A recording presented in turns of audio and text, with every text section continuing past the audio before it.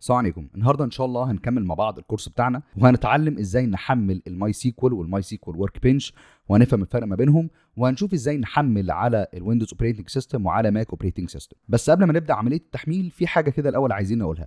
زي ما قلنا من الفيديو اللي فات ان احنا اليوزر او البروجرامر ما ينفعش ان هو ياكسس الداتابيس سيرفر بشكل مباشر، يعني كسكيورتي حاجه زي كده ما تنفعش. علشان كده بيكون عندنا حاجه في النص اللي هي الكلاينت.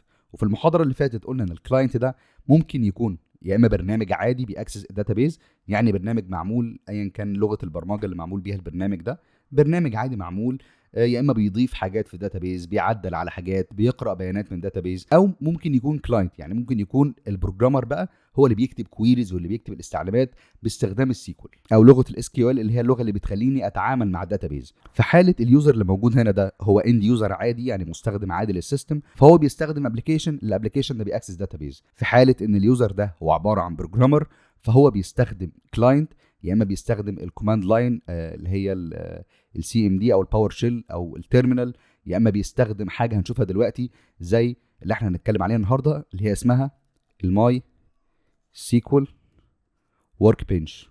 ده الكلاينت اللي احنا هنستخدمه علشان نكتب عليه السيكوال كويريز، يعني احنا هنحمل ده علشان نكتب السيكوال كويري. طيب سؤال، هل احنا ممكن ان احنا نعمل على التيرمينال العاديه اللي هي زي كده مثلا؟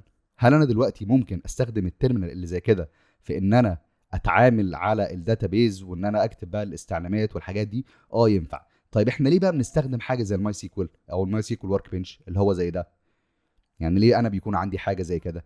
احنا بنحمل حاجه زي كده لان ده بيسهل لنا حاجات كتير جدا، وبيكون في فيتشرز كتيره جدا مش موجوده في التيرمينال العاديه او السي ام دي العاديه. يعني ابسط حاجه زي الايرور تشيكنج، ان انا ممكن لو انا بكتب في التيرمينال لو عملت حاجه غلط مش بيبين لي ان انا كاتب حاجه غلط، او نوع الايرور مسج اللي هو بيديهاني مش بتكون واضحه شويه.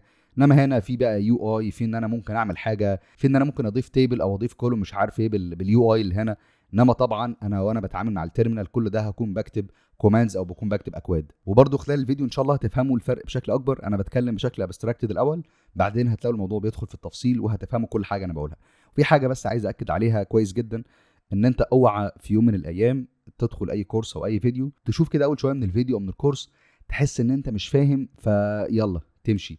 او بس ممكن انا من النوع اللي زمان لو انا بتفرج على فيديو حسيت ان انا مش فاهم بنسبه 20 30% في حاجات اتقالت انا مش فاهمها بمشي خالص، مع ان انا اكتشفت ان فيما بعد انا لما بكمل باقي الكورس او باقي الفيديو الحاجات بتتربط ببعضها والمواضيع بتتربط ببعضها. هي بس الفكره ان انت كمل وكل حاجه هتتربط في الوقت المناسب. انت بس دلوقتي مش مدرك وبتوحي لنفسك او بتقول اللي هي خلاص انا حاسس ان انا المعلومه دي مش مظبوطه او الفيديو ده مش مناسب ليا، خلاص همشي اشوف فيديو تاني، تدخل على فيديو تاني تشوف شويه همشي اشوف فيديو تالت، وهكذا تدخل في دوامه كبيره. ما تفتحش اي فيديو او اي كورس سواء انا او غيري او اي حد الا لما تكمل فيديو الاخر، نصيحه مني والله. المهم تعالوا نكمل دلوقتي مع بعض اللي احنا كنا بنقوله. يبقى احنا دلوقتي عندنا حاجتين، احنا عايزين نحمل الماي سيكوال ورك بنش وعايزين نحمل الداتابيس سيرفر. الداتابيس سيرفر ده اللي هو السيرفر اللي احنا هنكونكت عليه. الداتابيس سيرفر ده ممكن يكون عليه اكتر من داتابيز. يعني هو عباره عن ايه اصلا السيرفر ده؟ السيرفر ده كمبيوتر عادي زي اي كمبيوتر بس بسبيكس عاليه طبعا، وبيكون عليه بقى الداتابيز او قاعده البيانات. طيب هي قاعده البيانات اصلا عباره عن ايه؟ قاعده البيانات في الاخر هي عباره عن ملف عادي جدا، ملف عادي جدا كده، فايل بيمثل الداتابيز. يبقى كده على السيرفر الواحد ممكن يكون عندي قاعده بيانات او اكتر، وطبعا داخل قاعده البيانات نفسها بتتكون من مجموعه من الجداول، الجدول الواحد فيه مجموعه من الاعمده. احنا عارفين الكلام ده كله. يبقى انا بس دلوقتي يهمني ان انت تكون عارف ان السيرفر ممكن يكون عليه اكتر من قاعده بيانات عادي جدا. في الحاله بتاعتنا في الكورس ده احنا الكلاينت اللي هو الماي سيكوال ورك بنش والداتابيس سيرفر الاثنين موجودين على نفس الجهاز، يعني الاثنين هيكونوا موجودين على الكمبيوتر بتاعك انت. في الحياه الواقعيه او في الحياه العمليه مش ده اللي بيكون موجود. يعني انت ممكن بتكون شغال من بيتك عادي جدا فاتح الماي سيكوال ورك بنش او فاتح السي ام دي او فاتح التيرمينال او فاتح اي حاجه بتاكسس السيرفر ده. السيرفر موجود في امريكا وانت في البيت، السيرفر موجود على كلاود وانت مش عارف ايه، السيرفر موجود في الشركه وانت في الاوضه الثانيه اللي في الشركه، او انت في مكان تاني داخل الشركه. مش لازم الاثنين يكونوا على نفس الكمبيوتر. لو الكلاينت اللي هو الماي سيكوال ورك بنش في حالتنا هنا والسيرفر اللي هو الماي اس كيو ال سيرفر الاثنين موجودين على نفس الكمبيوتر، احنا كده بنسميها ان انت شغال لوكال، الحاجتين موجودين عندك على نفس الجهاز. طيب اختصارا الكلام ده كله احنا عايزين ايه دلوقتي؟ احنا عايزين نحمل الماي سيكوال سيرفر وعايزين نحمل الماي سيكوال ورك بنش. تمام كده؟ تعالوا بقى دلوقتي مع بعض نشوف ازاي نحملهم على الماك اوبريتنج سيستم وعلى ويندوز اوبريتنج سيستم. تعالوا دلوقتي مع بعض نحمل الماي سيكوال والماي سيكوال ورك بنش على الماك اوبريتنج سيستم. كل اللي احنا هنعمله ان احنا هنفتح جوجل عادي جدا ونكتب ماي سيكوال ونفتح اول صفحه اللي هي الصفحه الرسميه اللي موجوده هنا. بعد كده نختار داونلودز، بعدين ننزل تحت شويه نختار ماي سيكوال كوميونتي داونلودز.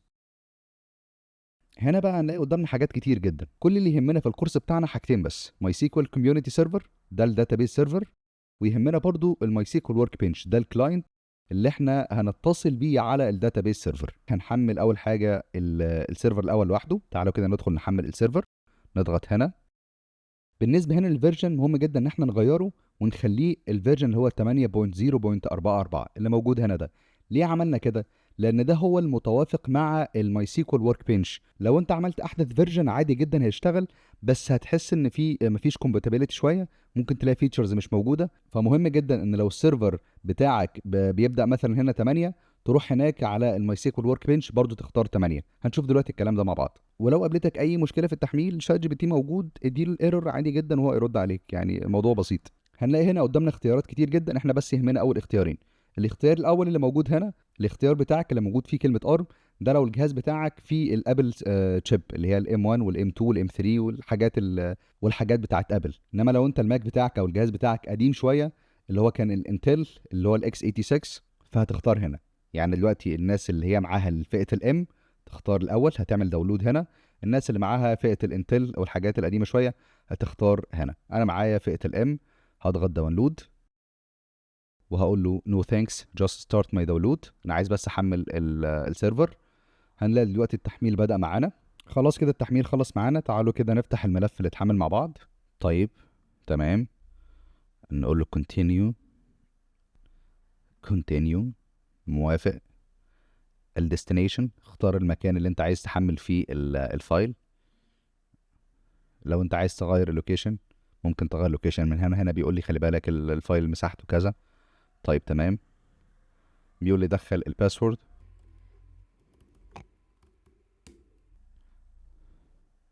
دلوقتي هو بينزل الفايلز وبيعمل راننج للباكجينج مش عارف ايه. طيب حلو جدا. هنا بيقول لي لازم تحط باسورد للسيرفر نفسه. هقول له طيب تمام خلينا نستخدم سترونج باسورد. هقول له نيكست. هيقول لي هنا دخل الباسورد.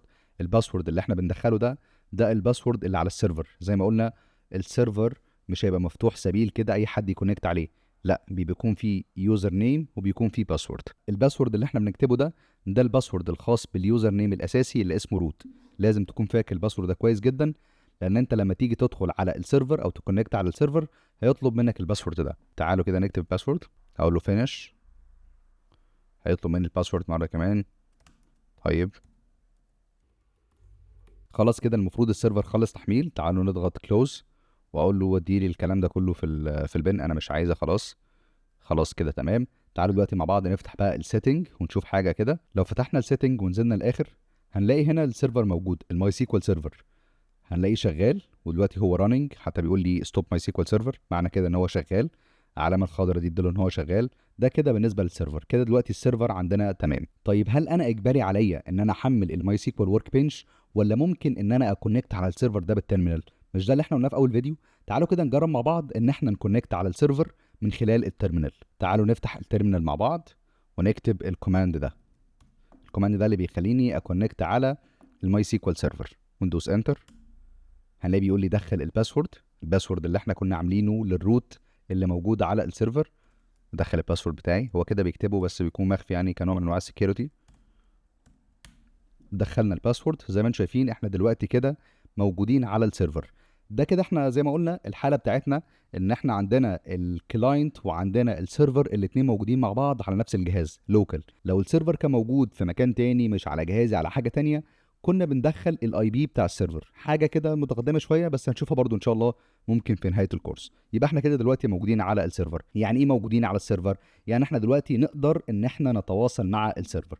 طيب هنتواصل مع السيرفر ازاي؟ هنتواصل مع السيرفر باستخدام اللغه اللي هي مخصصه للتواصل مع الريليشنال داتابيزز اللي هي السيكوال. يعني انا دلوقتي لو كتبت سيكوال هيفهمني؟ ايوه يفهمني. تعالى مثلا نقول له كده كرييت، اعمل لي داتابيز، كرييت داتابيز، وخليها مثلا اسمها ديمو داتابيز، واعمل سيمي كولون في الاخر واقول له انتر.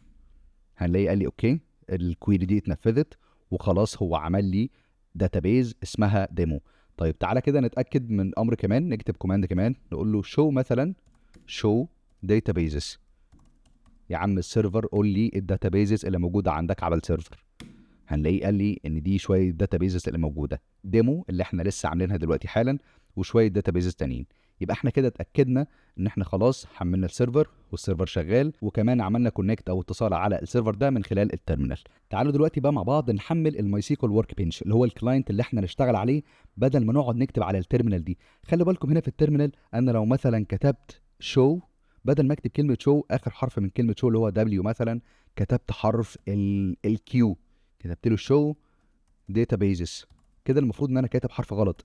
ما ادانيش هنت، ما عمليش علامه حمراء، ما فيش اي حاجه حصلت. ودي من مشاكل التيرمينال بيكون صعب التعامل معاها شويه، والاخطاء بتاعتها كتيره، ومفيش فليكسبيليتي، مفيش مرونه كده. فلو دخلنا كتبنا انتر هنلاقي قال ان في ايرور، خلي بالك انت عندك هنا سنتكس ايرور. انما لو انا كان عندي الماي سيكوال ورك بنش هنلاقي ان الموضوع كان باين لي ان مفيش اصلا كلمه اسمها شوك اللي هي شو بس اخر حرف بدل الدبليو كيو، كان هيبين لي ان في خطا، هيبين لي حاجه اسمها اللي هي زي ما بنقوله ده الايرور تشيكنج، هيديني تفاصيل اكتر في فيتشرز اكتر. علشان كده احنا بنستخدم الماي سيكوال ورك بنش ومش بنستخدم التيرمينال. تعالوا بقى دلوقتي مع بعض نحمله. نفتح جوجل، نكتب برضو ماي سيكوال، ونكتب اختار اول واحده اللي موجوده هنا، نختار داونلودز، ننزل تحت خالص ماي سيكوال كوميونتي داونلودز، بعدها نختار الماي سيكوال ورك بنش. بالنسبه بقى للفيرجن، احنا قلنا الفيرجن 8.0.45، ده مناسب مع اللي احنا كنا بنتكلم عنه المره اللي فاتت. لما حملنا الماي سيكوال سيرفر كان عندي فيرجن 9، بس انا ما استخدمتش 9 ليه؟ لان عشان يكون كومباتبل مع الماي سيكوال ورك بنش اللي هنا، ده 8 وده 8، الفيتشرز ايه متوافقين يعني مع بعض. خلينا كده نحمل اول واحد قلنا الارم ده اللي هو الابل سيليكون، الناس اللي معاها ام 1 وام 2 وام 3 فيما اعلى. بالنسبه للاختيار الثاني اللي هو الاكس 86، ده الناس اللي معاها الانتل شيب.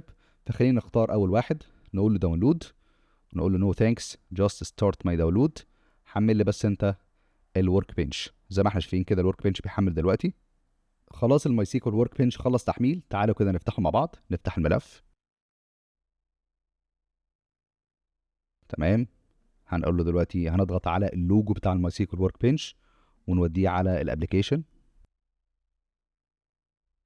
هننقل دلوقتي كل الملفات اللي موجوده على الابلكيشن، نستنى يخلص. خلاص كده خلص تحميل. تعالوا بقى دلوقتي مع بعض نفتح الماي سيكوال نفسه، نكتب كده ماي سيكوال، هنلاقي الماي سيكوال فتح معانا خلاص. تمام، فتح معانا الماي سيكوال. تعالوا كده نكبر الشاشه.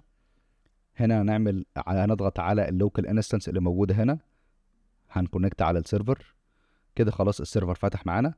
تعالوا كده نتست. فاكرين الديمو داتابيز اللي احنا عملناها من شويه على السيرفر، اللي عملناها من التيرمينال، موجوده هنا اهي. طيب تعالوا كده نعمل داتابيز ثانيه، نجرب مثلا نقول له كرييت داتابيز.